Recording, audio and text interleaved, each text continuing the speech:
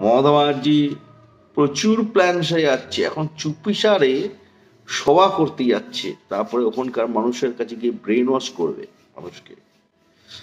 ঠিক আছে, আর হয়েছে কেউ জানতে পারবে না, বিজেপিকে না জানিয়ে মমতা ব্যানার্জি যাবে সভা করতে।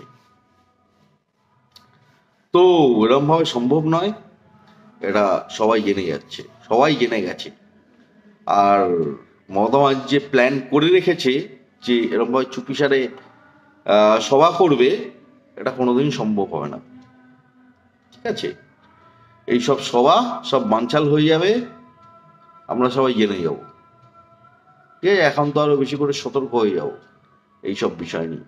মমতা ব্যানার্জি কবে সভা করতে যাচ্ছে এইসব বিষয় নিয়ে এখন আমরা বিজেপি আরো বেশি করে সতর্ক হয়ে যাব। আর শুভেন্দু অধিকারী ওখানে গিয়ে পাল্টা সভা করে আসবেন।